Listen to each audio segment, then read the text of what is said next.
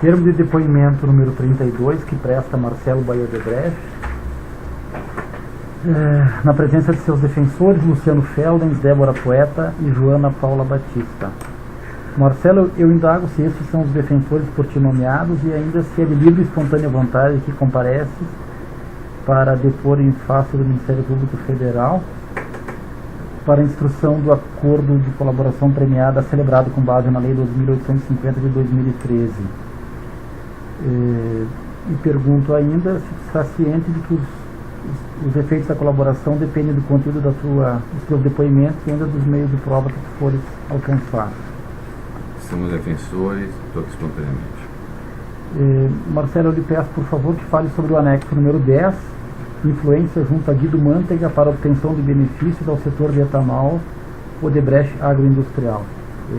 E antes de esclarecer, por favor, que confirma o conteúdo do anexo que foi entregue pela tua defesa ao Ministério Público Federal.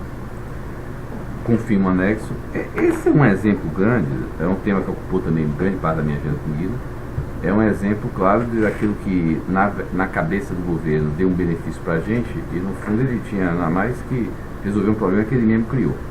E a gente, por alguma razão, se enrolou no problema. Então, em 2007, 2008, a pedido de Lula, naquele auge do etanol, a empresa acabou investindo no setor do etanol, um mega investimento. Foi o maior investimento que a gente fez nos últimos anos, foi nessa área.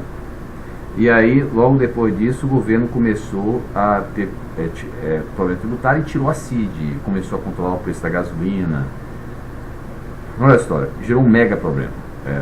Até hoje é um passivo nosso que a gente tem enorme, é uma dívida enorme nossa, acabou de ser reestruturada. A gente fez esse compromisso de investimento e gerou esse problemaço que a gente tinha. Nós éramos a empresa talvez com maior problema, porque a gente tinha sido a maior investidora, os outros, na verdade, eram investimentos antigos, nós tínhamos investido a pedido Lula naquela época. E aí passou a ser, desde que eu assumi a Odebrecht S.A., na verdade, a decisão de investimento ocorreu antes de eu assumir a Odebrecht S.A., já estava investido, então, a partir do momento que eu assumi, esse passou a ser um dos grandes problemas que eu tinha que lidar e fazia parte da minha agenda com o Guido para resolver.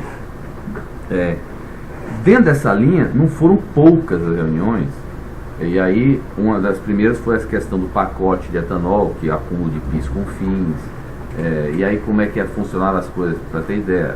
Por que eu digo que era uma coisa justa, legítima, mas óbvio que talvez eu conseguia resolver as coisas, ou ajudar a resolver as coisas pela relação que eu tinha. Então, um exemplo claro, era um pacote que foi prometido, que resolveu o setor, e eu tinha uma reunião de Guido por outra razão. Quando eu estava esperando o Guido, essa reunião foi em Brasília, eu estava esperando ele naquela antessala, que tem uma sala de reunião, ele entra pela sala dele, eu estava esperando, eu não me lembro quem, mas alguém da equipe dele, Marcelo, esse é o decreto do pacote do etanol que vai sair amanhã. Aí eu li rápido e disse, isso não resolve, não é nada disso. Aí o governo vai dizer que fez o pacote de etanol desonerou e não vai resolver.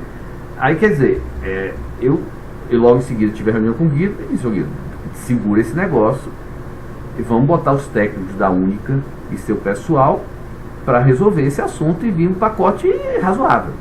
E aí foi feito isso, quer dizer, é aquela história. Era legítimo, mas com certeza, se eu não tivesse esse acesso, o pacote ia sair e ia ser prejudicado. Então eu consegui isso, teve a reunião, aí o pacote, isso aí foi aquele pacote que saiu junto com o REIC. Esse foi um exemplo. O outro assunto foi a CID. A gente precisava que voltasse a CID e a gasolina, porque a CID cria a diferencial para o etanol, que o governo, para controlar o preço da gasolina, tinha tirado. E aí tinha uma discussão dentro do governo da questão da inflação, a CID própria, a gente contratou via Única, que é a entidade do setor, o FGV para aprovar. Aí eu consegui mobilizar os técnicos da Fazenda para discutir com a Única a questão, qual era o impacto da inflação. Quer dizer, isso tudo era legítimo, foi um problema criado por eles. Agora, se infelizmente ele via isso como um benefício que ele está dando para a gente, com certeza pesava na cabeça dele quando ele fazia o pedido para doar de campanha, e algumas coisas, não tudo, eu conseguia resolver por esse acesso que eu tinha a ele. Quer dizer, se tivesse uma empresa ou um setor que não tivesse esse acesso e não fosse grande dador, não tivesse esse compromisso que eu tinha com ele, provavelmente não tinha resolvido. Então, ainda que não tenha resolvido total, o que foi resolvido, com certeza teve um peso importante no fato de que eu tinha esse acesso a ele. Na cabeça dele haveria então uma doação, e houve essa doação? Não, na cabeça dele não havia. Na cabeça dele é aquela história. Ele, a partir do momento em que se criou, a partir do momento em que eu passei a ter aquele crédito 50, depois ele me sinalizou que a partir desse momento, eu e ele nunca mais falamos, mas a gente criou uma relação onde eu tinha acesso a ele, ele atendia o que, não era que atendia tudo, mas atendia algumas coisas, e ele sabia que eu doava e ao mesmo tempo eu criava esse compromisso implícito. Então esse é um exemplo de coisas como funcionava o governo. Quer dizer, na verdade é o que eu digo, vamos supor que a Odebrecht não tivesse no setor de etanol, provavelmente, por mais legítimo que tenha sido isso aqui, era capaz de, sem o acesso que eu tinha a ele, isso aqui não ter saído, apesar de ser 100% legítimo. Esse acesso que eu tinha a ele era por quê? Porque ele sabia que eu era um grande doador. Se ele não começasse a resolver também uma parte dos problemas que eu levava para ele, legítimos ou não, eu ia criar dificuldade na época da eleição.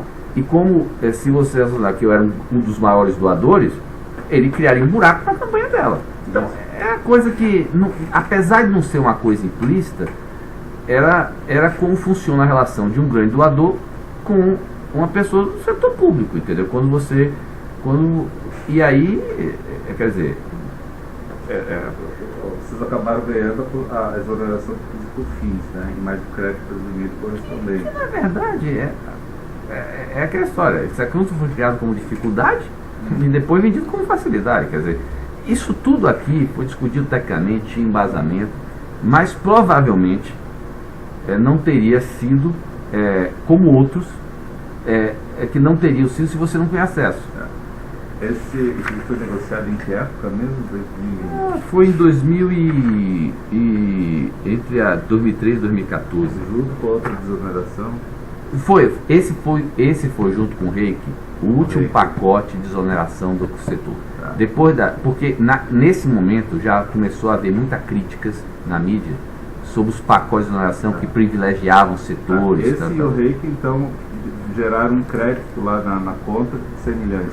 Não, esse aqui não gerou nada. Esse aqui não gerou nada. Esse aqui, a agroindustrial estava tão ferrada que eu nem tinha como pedir eles para contribuir com a conta. Tá. Entendeu? Na verdade... Não, mas esse que gerou, né? Não, o reiki, dentro daquele ali é o seguinte, o reiki era uma coisa relevante, que era uma coisa que resolveu, e eu, naquele alinhamento... Eu vou inverter, então, se não tivesse saído esse pacote aqui, teria saído 100 milhões? É o que eu digo, eu acho que é aquela história, ele resolveu uma coisa, não resolveu outra, resolveu parcialmente. Aí, essa pergunta tinha me feito para eu no Reiki. Eu disse o seguinte, se não tivesse saído o Reiki, provavelmente eu não teria dado os 100 milhões, porque ele sabia o impacto do Reiki. Se esse pacote aqui tivesse saído e não tivesse saído o Reiki, provavelmente eu não teria dado. Eu acho que o Reiki pesou mais do que aqui. Por quê? O Reiki, aqui, de certo modo, ele sabia que ele tinha uma dívida com o setor. Tá. No Reiki, na cabeça dele, ele achava que, não necessariamente ele achava que o setor precisava tanto quanto aqui. Essas coisas não são muito preto no branco, mas eu diria o seguinte, a contribuição, os 100 milhões, e por essa razão foi o seguinte, sem o Reiki, eu não teria doado aquele valor que eu doei para 2014. Mas isso aqui faltou, apoiou, teve peso, alguma coisa? Eu acho que esse aqui, tudo pesa, mas eu diria que... Não foi preponderante. Não, e esse aqui eu diria que foi muito muito difuso entre as empresas. A gente, por exemplo, é aquela história, o Reiki, a Braskem estava na frente, apesar da cadeia estar por trás. Aqui era a Odebrecht única, tinha várias empresas, a gente não era o líder.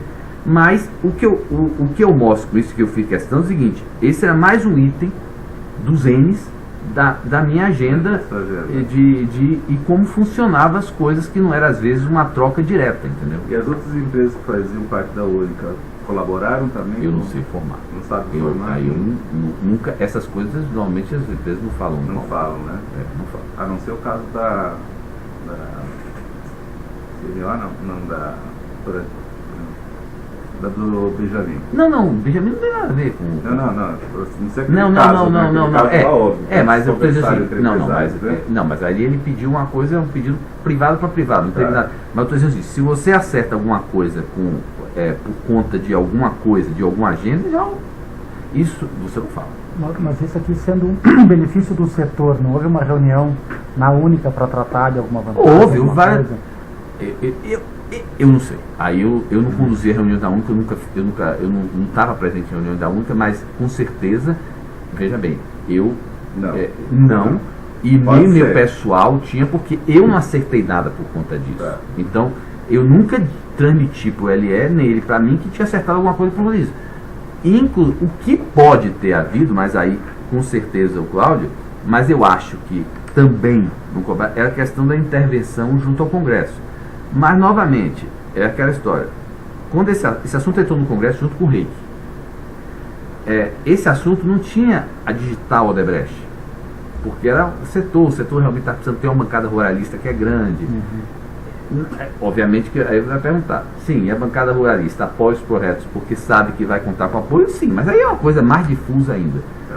Eu acho que nesse momento que transitou os dois temas no Congresso, eu acho que se houve algum pedido de apoio, tudo, foi mais dos congressistas, foi mais focado no Reiki. Essa é a impressão que eu tenho. O Cláudio pode esclarecer melhor esse assunto. Os senhores têm alguma acréscimo? Não. Então, dou por encerrado o depoimento número 33.